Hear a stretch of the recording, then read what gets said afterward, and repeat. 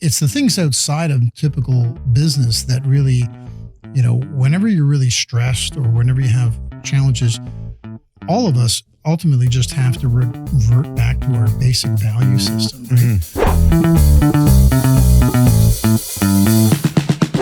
What's going on, everybody? It's George here from NVISION on this very special episode of Brews Buzzwords. All of our guests here are really special, but this guy in particular has been instrumental in not only my business life, but personal life. And I am really honored to have him here today on the show. He is my mentor, and he has been for 5 years now. Scott Ray is here with me. Thank you so much for joining. I really appreciate it. I'm glad we're able to do it. I was super nervous to ask you, but I'm so glad I did, because every time I have a conversation with you, I walk away with something super positive. So Scott is a brilliant strategist and mentor to many business owners. He's done incredible work for a lot of Fortune 50 companies around the world, and we're going to dive right into it. So thank you. Welcome. Yeah, thanks. This will be fun. This is going to be really fun. I appreciate it. So as I mentioned, you've coached me through some huge forks in the road over the last 5 or so years in my career, in my personal life. What was your mentor like? Like I really tell everybody that you're my mentor and like you've done a lot for me, but what did your mentor teach you? That's a really interesting question, George, because I think it's almost the opposite. I wish I had the opportunity to have any kind of mentor. I think, it's almost an inverse relationship. You over my career, I learned a lot of things by witnessing and observing what I didn't want to be and what I didn't want to have occur, and how I didn't want to treat people. And then along the way, I picked up examples from people in sometimes the very subtle, very, very subtle ways of what I would call just maybe role modeling more than mentoring, So for me, a part of it was, some very poignant lessons on like stopping and going, I don't want to do that, or I don't want to behave that way, or I want to think about that or something else when I'm with someone.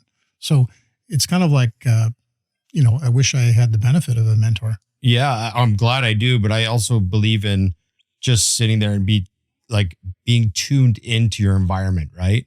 One of the stories I've shared a lot here is the lessons I've learned from past organizations that I've been part of, where just like you just mentioned, I don't want to be that. That's not my character. So yeah, maybe not having a formal mentor, but having the ability to be dialed into your ecosystem or environment, right, helps. Obviously, you've spent decades with huge brands, everything from IBM and Air Canada, Cineplex, Loyalty One.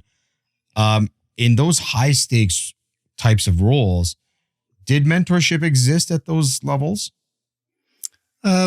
Formally and informally. I mean, some of the larger organizations, if I think back in, maybe it wouldn't be called mentorship, but early on in my career, for instance, at IBM, there were sort of cultural norms, that may or may not be applicable today. But like an example would be, I learned early on, one of my first days at work, I went out to lunch with some people when I was in sales, and someone mentioned a client's name while we were having lunch. And the person went, "We don't ever talk about a client in public, ever," right? Because you never know who's around. Right. And that stuck with me. And I've since had numerous times I've been on airplanes, and you're sitting there and you're listening to somebody just go, talking about all the details of their business. Yeah. Or somebody else's business. And so that's not direct mentorship, but it's like learning through osmosis, learning to be part of something, or learning about another quick one, if I could, is like at IBM, I learned early on, the discipline of running meetings. So there were some harsh realities where someone would call a meeting at a certain time, and if you were late, they'd lock the door. And so you're standing out in the hall. You only do that once. Right. You're standing out in the hall and you realize that you missed the meeting. I don't know if that would be applicable as much today, but what it taught you was the respect of other people that you were going to have a meeting with. You show up on time. Sure. And you show up prepared. And so that's sort of organizational mentorship, if you will, in terms of a culture of a company, what's acceptable and what's not acceptable. Yeah, I guess it's maybe it's not a great example as you mentioned, but the harsh reality of it is that sets the tone, right? You lock the door. Like in this organization, our expectation is you show up on time, and you can do it in many different ways with tactfulness or harsh. The reality is you're getting locked out. But I think within organizations, it's easy to get caught up in the culture, and how you show up as potential leader or learner in that mentor mentee, I guess, in that really sets the tone for how you're going to operate maybe in that organization, right? I always find it interesting when I am in organizations and I listen to the leaders of the organizations and how they set certain rules or cultural norms within the organization.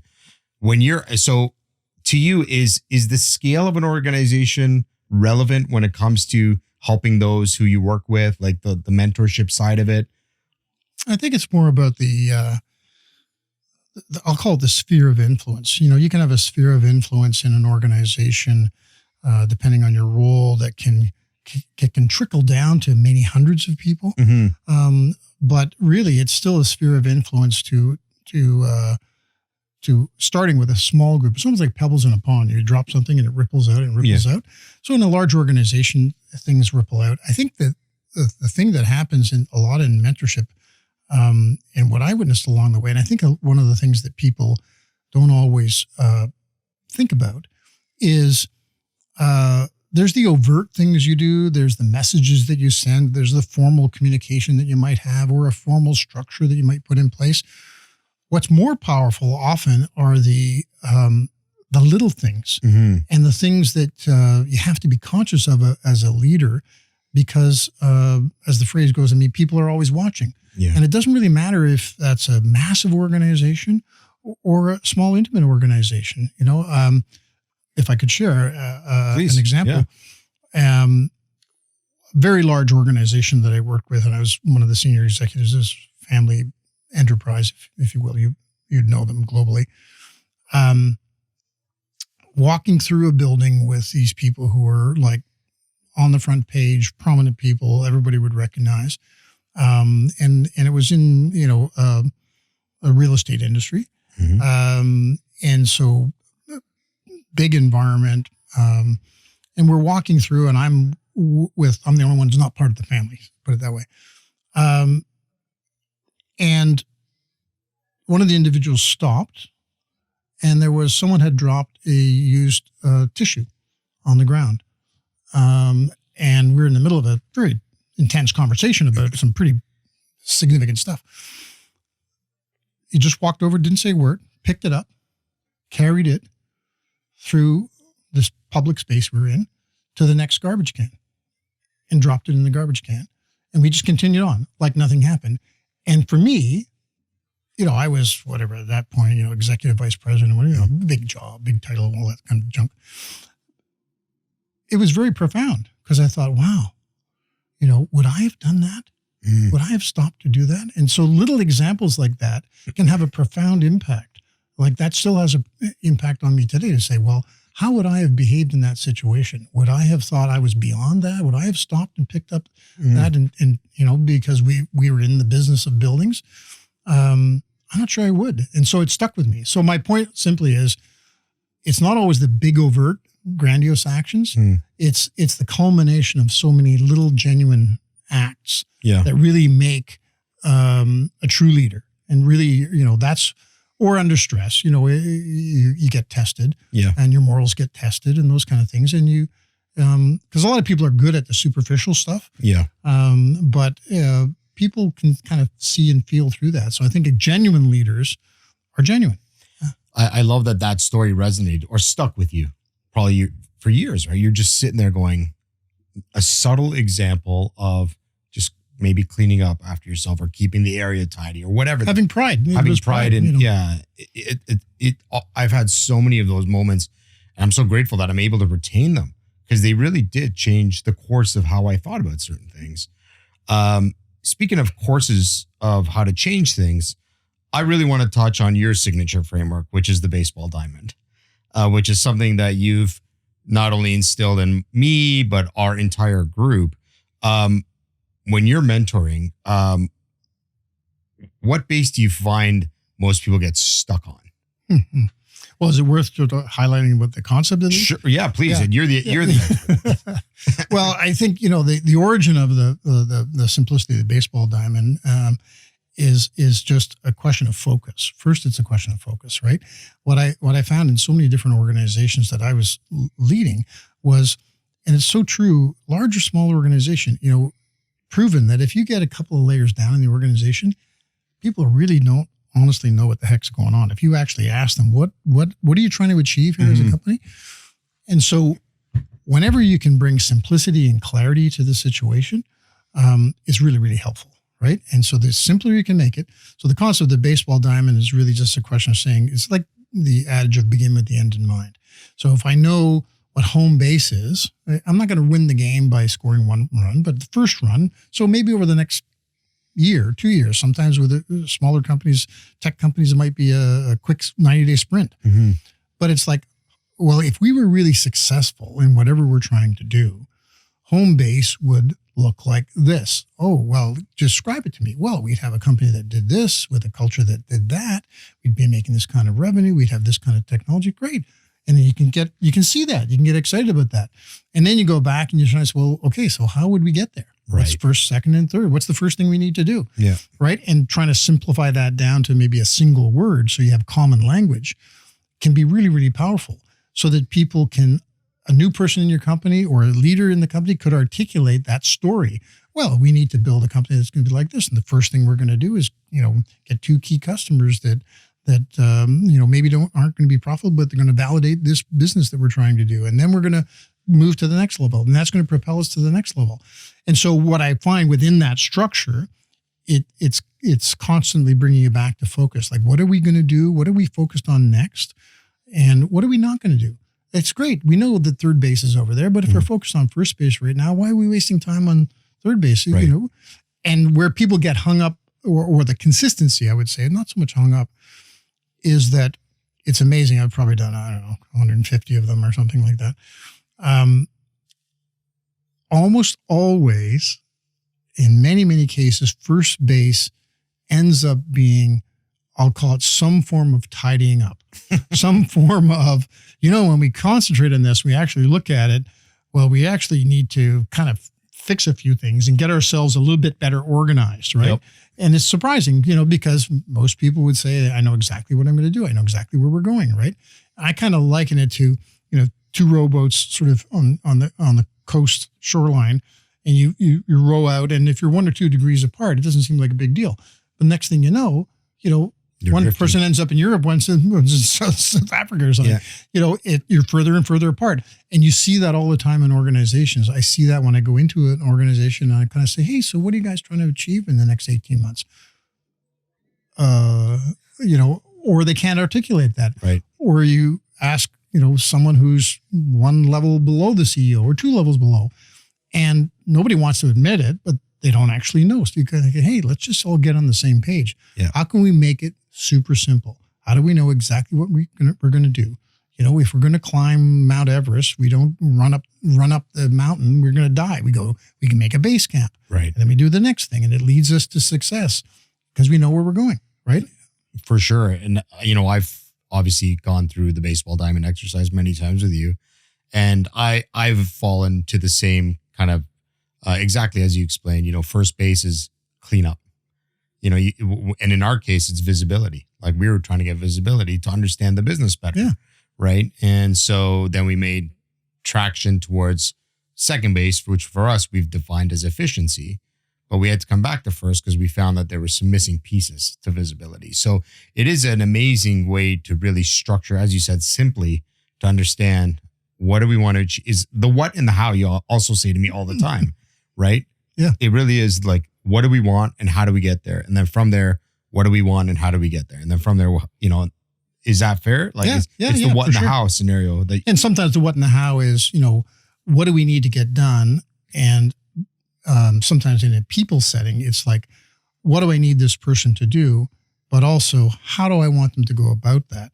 Like if I have certain cultural norms or expectations, I may want them to triple sales, but how they go about that, right, has to conform or align with the values of the company, so that there's another side to the how is my only point as well. So for sure, this is what I really wanted to talk about because it's something that really, when you mentioned it to me, it really stuck, which was a big part of mentorship being someone who sees around the corner. You've mentioned that to me, and I've used that kind of analogy for a lot of the types of work that we do to be able to see around the corner before it's too late, right?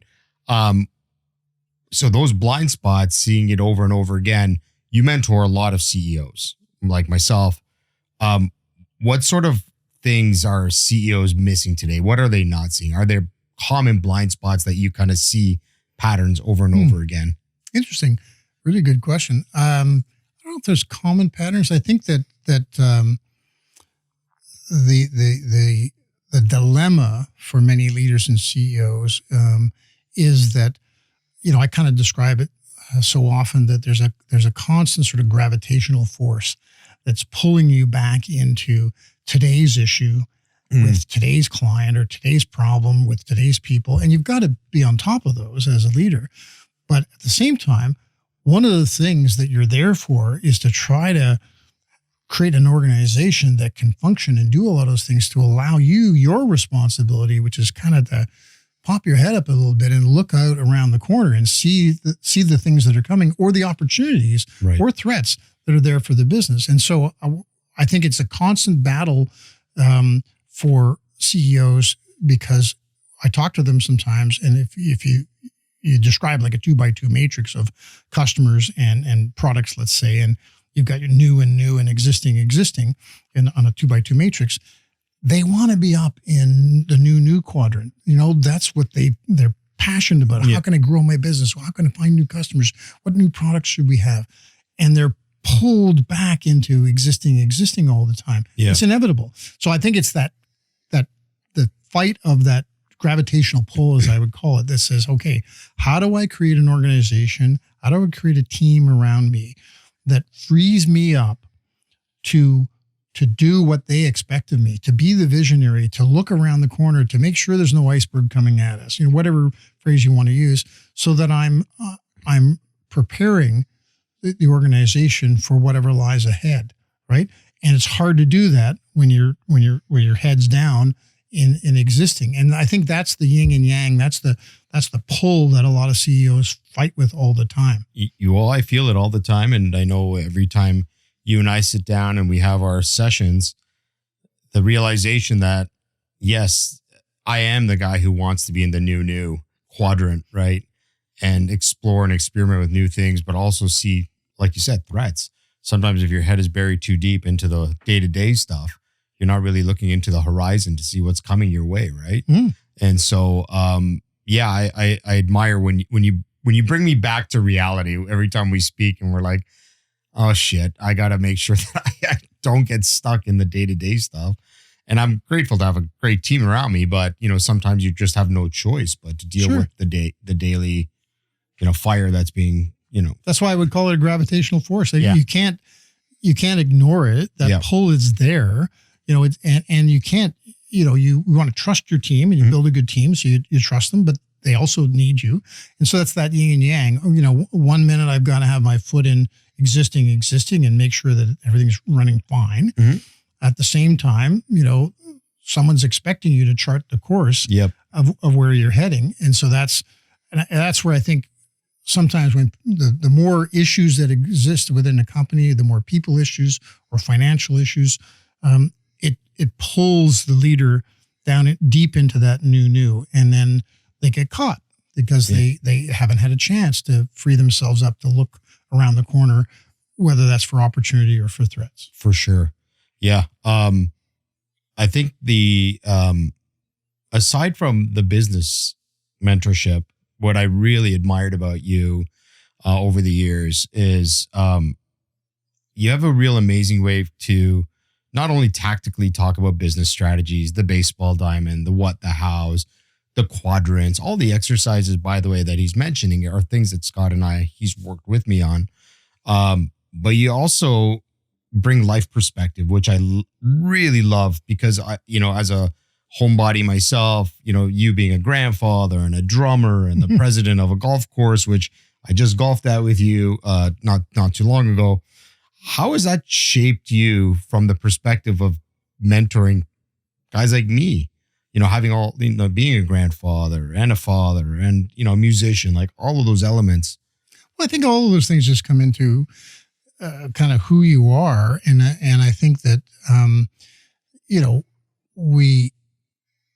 there's lots of textbooks that might try to sort of suggest that you can apply some sort of formula to leadership or running a business, whatever. And there's certainly pragmatic things you need to know.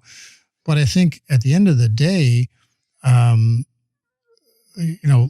life experiences, I mean, as a leader, you especially today, you need to be empathetic. Mm-hmm. You need to understand. You need to try to put yourself in the shoes of, your team or your customer. And I think that life experiences help to, you get a lot of gray hair because you've had a lot of different experiences, and some of them are good and some of them are not so good. Like I said earlier, you learn from your mistakes, and if you try to impart that. But I think that it's the things outside of typical business that really, whenever you're really stressed or whenever you have challenges, all of us ultimately just have to revert back to our basic value system, right? Mm-hmm. I could give you a practical example if I could. Of course. I was on a negotiation one time, done by phone. And so it was significant. For those of our audience that don't know what a phone is. That's on a speakerphone. Yeah, back in the days, we crank it up. So we had the speakerphone, and this group was in a different part of the country. And right, so we're doing this pretty intense negotiation. And then people said, well, we need to take a little break, right? So we took a break. The other side did not put their phone on mute. Ooh. Right? So I've got a team of people around a boardroom table, and they're talking. And they're going, well, I think we could probably give here. We could do this, whatever, And the team, younger members of the team, perhaps, they're going, wow, this is great. It's fantastic. I said, we can't do this. We can't. It's not fair. We can't listen in on that. You're certainly tempted to, but you've got to decide what's your moral compass, mm-hmm. what's your value. So go off mute, go to them, say, excuse me, your phone is not on mute, and you probably want to put it on mute, right? Yeah. And there's certainly members of my team that were like, God, come on, why would you do that? Like we could have, we had this worth millions, it's like, no, because, so there's an example, right? Yeah. It doesn't come out of a textbook, but it's the little things that as a leader, you have to decide, how are you going to behave? For sure. Because people are watching, people are always watching. And so, and it's not even so much that people are watching. When your head hits the pillow at night, you want to feel good, right? How do you want to conduct yourself? Do you want to win that deal because you had that they made a mistake? We still did a good deal in the end. It still worked out fine. Everybody was happy, and we had a good business relationship, and maybe that was part of the relationship. I'm sure that level of trust, that moment built an immediate level of trust with you guys. For somebody to tell them that, hey, we don't need to listen in on this because you're going to divulge maybe what your price points, whatever the case is. Right? Yeah. I think it does help solidify a good relationship with somebody. Some might disagree. Some might say that's a crazy thing to do, but you each got to make your own judgment, and that's life experience. For sure. So you've worked across obviously the globe and across many continents, India, the UAE, obviously in Canada. What's universal about like mentorship globally? Is it adopted everywhere? I know here, obviously we're here sitting in Canada, but globally, is it something that you've? Yeah, I think people are people. There's subtle cultural differences in each environment that you're in. You have to, first of all, understand and respect. Yeah. Respect how people might make decisions. Culturally, how they approach decision making, and that can vary quite differently in different countries. But I think, in the end, people are people, and mentorship, if you want to use that word, is really just helping people to see the potential and the opportunities within themselves. Yeah. And so if you have people who want to grow, want to get better, are not egotistical where they believe they already know everything, that's universal. People who want to get better just want to get better. And so I think that transcends, back to the what and the how. Yeah. What you need to do is probably pretty similar. How you might go about it might be a little bit different. Right? Yeah. Yeah. It's always the how. The what seems to be pretty clear for most. It's how you go about doing it. And there's so many different ways and books and things you can learn from others around you that seems to be, for me anyways, the challenging part is which approach is the best approach for me, right? In terms of, you've probably sat in front of many of us where you're coaching us or mentoring us, and you probably see the light bulbs going off in our heads. From your perspective, what's been one of the most meaningful mentorship wins for you? Really, another great question, George. Very detailed. I mean, I think there's so many different aha moments when you're privileged to be able to work with somebody and coach or mentor or whatever you say. And some of them are business related outcomes.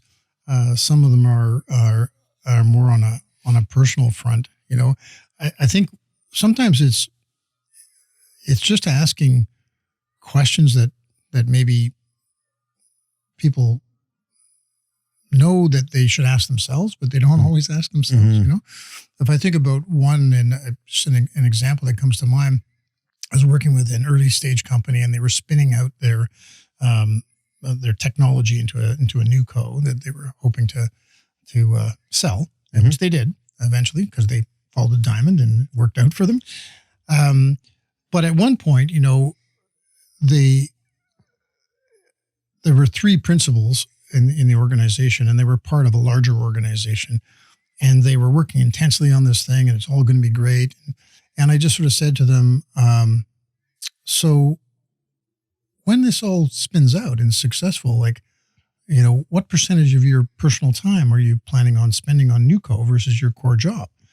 And it's just innocent question, but they had never really asked that to each other. Mm-hmm. And so then they turned around, and one individual said, well, never more than 25%. And the other two almost fell off their chairs, right? They're like, the irony is when they were successful and sold the business, that individual went as CEO with the business, so 100% of his time. Yeah. But what's interesting about that is just an example of listening. And sometimes it's really just asking the questions that unlock a conversation, either for an individual or for, in this case, a group of individuals, that they were making assumptions about the business and about each other that just hadn't been validated. So I don't know if that's an example, but there's many, some that are quite emotional on a personal level where people unlock something personal about themselves. Yeah. And that's wonderful too. It's very fulfilling. Well, I can tell you personally, it's happened many times with you and me, whether you know it or not, or I've expressed it. And I'm so grateful that I get to have, you unlocking some of those real important moments for me and saying, aha, I'm glad he asked me that question because it was there, but I didn't know how to either form it or ask it. So I'm very much appreciative of all of that, which kind of ties into, another thing that I admire about you, which was your involvement in advocacy for mental health and your, through the Lucha Initiative, which you were a big part of. I know that, especially today, we hear a lot about mental health in the workplace or at home. How do you, when you're observing somebody through conversation or they're opening up to you, how does somebody's mental health play into their decision making?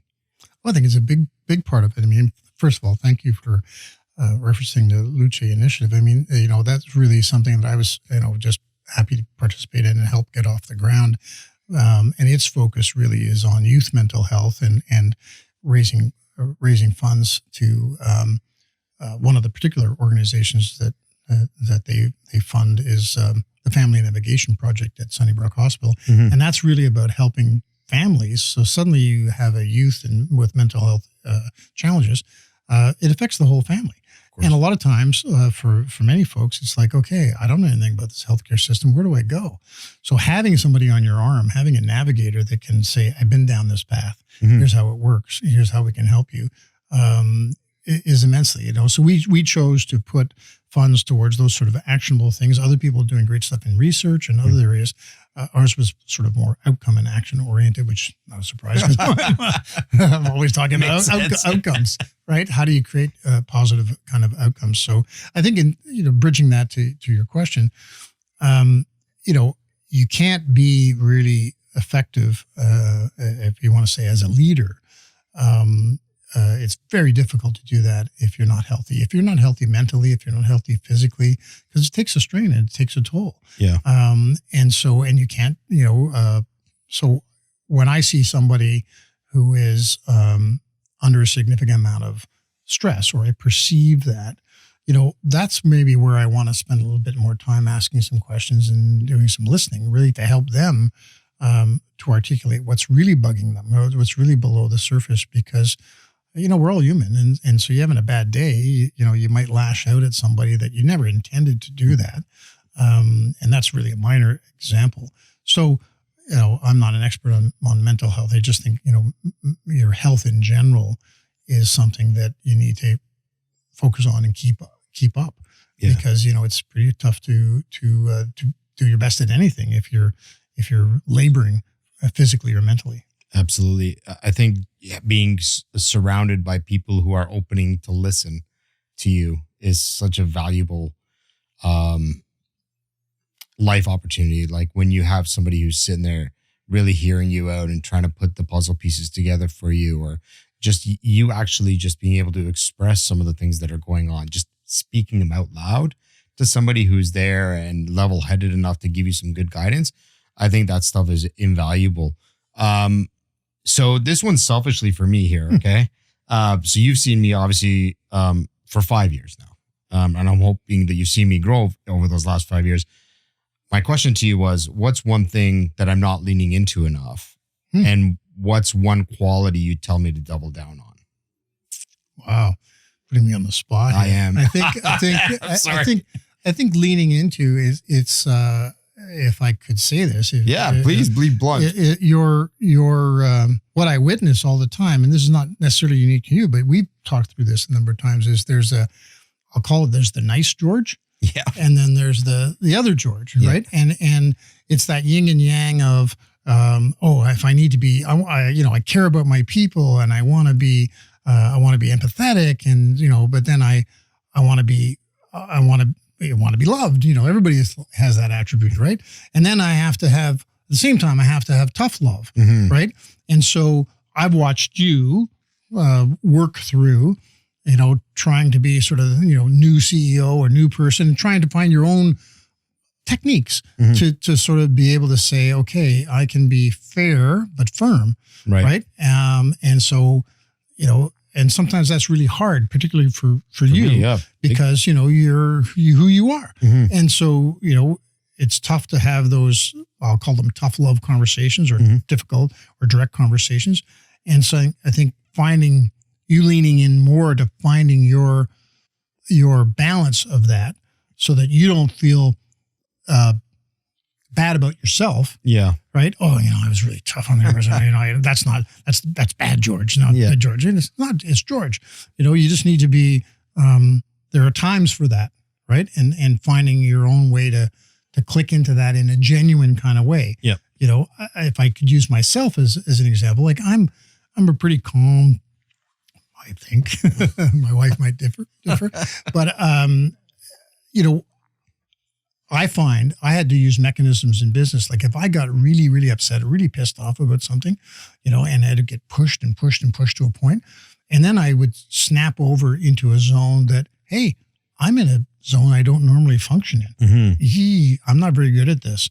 I might say and do things that I really would regret because I'm over into this in this unfamiliar territory, Yeah. right? So what I tried to learn in particularly in business was, I could see those things coming. I could feel myself getting upset about a situation or upset about an individual. And so you got to have your own mechanisms to pull the ripcord on that, because you go, I'm going to tip over into an area that I'm really not experienced. Some people might tip into that area 5 times a day and then they come back from that. It's fine. If I go over into there, people are going to think like, holy mackerel, what happened? Yeah. Or I'm going to do something that I regret. I'm going to behave in a way that isn't true to me. Yeah. So for me, it was a question of learning those triggers. And I would say, so for you, it's finding your own way to lean into tough George, as much as you're comfortable naturally leaning into happy George. Yeah. I like happy George. Tough George, you know this about me, is hard for me because I like to think of myself as a pleaser as opposed to somebody who wants to, disappoint somebody for whatever reason. But I also understand the nature of the role that I'm in. And if the one epiphany I had, probably as part of all of the discussions you and I have had together, is this business is also an entity. This business is an organism that has to live and breathe, right? Mm-hmm. That with our health metrics and all that stuff. So I understand the fact that if components of the business are unhealthy, it ultimately impacts the whole thing. So I'm working towards some of those things, but it's work in progress. I appreciate that. But you also have, don't lose sight of the fact that your team understands that, and your team expects you from time to time to be tough, George. And if you're not, they're kind of going, well, why is he not taking care of that? Why is he not leaning in? Hey, the organism, the health of the organization is suffering, and I need you to lean in. Just like being the visionary, George, sometimes, they need people to say, hey, where are we going? Where are we going? Yeah. And we're kind of expecting you to tell us what direction we're going. If we don't know where we want to go, any road will take us there if we don't know where we're going. But hey, where are we going, George? Yeah. And it's easier to lean into visionary stuff sometimes than it is to lean into tough side. But I would just remind you that, the organization is with you. And they don't want you to be an SOB every day. I don't want to be an SOB every day. Yeah, but they expect you to be tough. Yeah. And when it's appropriate, so it's okay. Michael, did you hear that? I got to be tough. I heard that. I also like nice George. All right, last one here. If you can hand every CEO that you mentor a sticky note with one sentence on it, what would that sentence read? Listen. Yeah, I love that. Yeah, I think it's a real important skill. I think listening truly is a skill. And for me, I do a lot of listening. I think I can get better at it just like anything else. But I do agree with you. I think sometimes we tend to talk a little too much. Yeah, it's natural. Part of it is sometimes the individuals, you built a business because you're a good communicator, and, and then your team also, part of your expectation is, well, I'm supposed to direct people. I'm supposed to tell them what to do. So you're constantly in tell mode. You're constantly in lead mode. And so, that's natural. But sometimes you kind of got to go. Yeah. And that's hard. It's hard for all of us as leaders to sort of go throw something out there and just listen. Mm-hmm. Right. It's amazing what you hear when you listen. I find that you do that really well, especially when you're doing coaching sessions where you plant a seed and you sit back and you hear what everyone's responses are without giving away the answer. And I've used a lot of those techniques when as I've seen you conduct yourself. And it's so interesting because sometimes when you just sit back and you listen, the most amazing thoughts come out of somebody, right? Where you didn't expect it, right? But you're giving them the stage to say what's on their mind. If I could build on that quickly, George, yeah. There's a good book, and I can't remember the exact title of it, but it's really about the power of introverts, right? And it's talking about introverts, and especially if you think about a team setting, so much of our society is conditioned around extroverted, and a lot of leaders, we're extroverted kind of people, a lot of us. But you got to give space for that introvert, right? You got to, because they have some amazingly great things to say, but that's not they're not going to necessarily jump to the forefront. You think about any group meeting that you might have, there's going to be, the extroverts are going to say something. Yeah. It's giving airspace and time for the introverts who sometimes need quiet space to formulate their thought and to articulate their thought. And that takes time. And for a lot of us, we're just like, go, go, go, go, go. It's really hard to do that, right? Yeah. I think the book you were referencing is How to Talk to Anyone and Be More Charismatic. It's all about communication skills. And it talks about the introvert's style of communication and the receiving of the communication and their ability, how they actually communicate and what they're trying to get across. So really, really valuable context there for sure. So I just want to say thanks again. I appreciate you being here. It means the world to me that you took up my offer. I've been meaning to ask you for probably 12 months. Nervous as hell to ask, but I'm glad I did. I'm glad you asked. Yeah, I'm glad you're here. Everything you've done for me over the last 5 years, I can't wait to see what I can learn from you over the next 5. It's been an awesome journey. And I would say to anybody listening here who feels that they need a mentor or they need somebody to guide them when they're not necessarily lost, but they're looking to fine tune their skills. Perhaps they're a senior leader. And I think all of us can always use assistance no matter what, if you're in that habit of always learning. So find yourself an amazing mentor like I've been fortunate enough to find Scott. And I hope you enjoyed this episode. Thanks so much for tuning in. See ya. Thanks for watching this video. If you got something out of it, please like, subscribe, or share it with your friends.